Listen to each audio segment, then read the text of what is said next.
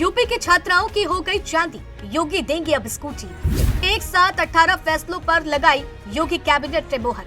कानपुर वालों को मिलेगी सौगात, दिखेगी विकास की रफ्तार। आखिर किसे मिलेगा बड़ा फायदा, वीडियो में जानिए सब। उधर विरोधी योगी सरकार पर सवाल उठाते रह गए। इधर योगी ने ऐसे मास्टर स्ट्रोक चले हैं जिसने विरोधियों के माथे पर भी चिंता की लकीरें खींच दी हैं, क्योंकि योगी सरकार में छात्राओं की चांदी हो गई है। ये हैरानी की बात नहीं है, सच है, क्योंकि योगी सरकार ने कैबिनेट बैठक में एक साथ 18 बड़े प्रस्तावों को मंजूरी देकर साफ संकेत दिया है कि विकास, शिक्षा और महिला सशक्तिकरण को लेकर सरकार अब नई रफ्तार दिखाना चाहती है। सबसे बड़ी खबर ये है कि अब ग्रेजुएशन करने वाली मेधावी छात्राओं को सरकार स्कूटी देगी, यानी जिन बेटियों ने पढ़ाई में शानदार प्रदर्शन किया है उनके लिए कॉलेज जाने का सफर अब आसान बनाने की तैयारी शुरू हो गई है।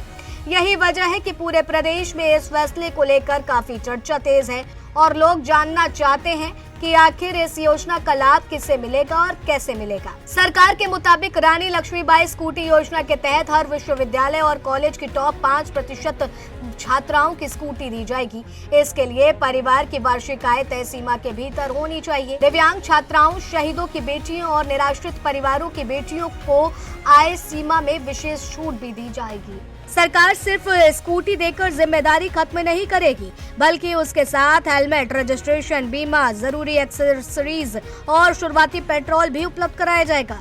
अब बात करते हैं उस फैसले की जिसका सीधा फायदा कानपुर और आसपास के लोगों को भी मिलने वाला है।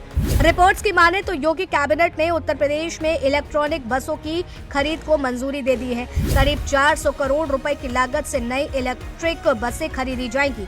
इन बसों से आने से कानपुर समेत कई शहरों में सार्वजनिक परिवहन को नई ताकत मिलने की उम्मीद है। साफ सुथरा सफर, कम प्रदूषण और बेहतर सुविधाएं देने के मकसद से सरकार इस योजना को आगे बढ़ा रही है। माना जा रहा है कि आने वाले समय में कानपुर के यात्रियों को भी आधुनिक बसों का लाभ मिलेगा और शहर में परिवहन ढांचे को नई मजबूती मिलेगी। कैबिनेट ने सिर्फ बसों पर फैसला नहीं लिया, बल्कि प्रदेश की कनेक्टिविटी बदलने वाले 2 बड़े एक्सप्रेसवे प्रोजेक्ट पर भी मुहर लगा दी है। लगभग 330 किलोमीटर लंबे विंध्य एक्सप्रेसवे को मंजूरी मिल चुकी है, जो प्रयागराज से सोनभद्र तक जाएगा। इसके साथ विंध्य पूर्वांचल लिंक एक्सप्रेसवे को भी हरी झंडी मिल गई है।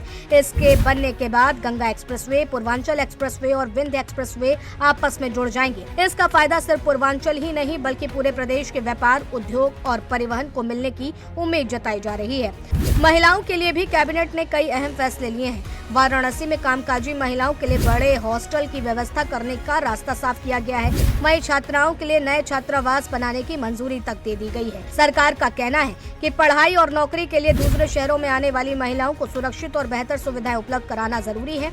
इसी बैठक में उत्तर प्रदेश विधानसभा के मानसून सत्र की तारीखों का भी ऐलान कर दिया गया है। 3 अगस्त से 6 अगस्त तक चलने वाले इस सत्र में अनुपूरक बजट भी पेश किया जाएगा।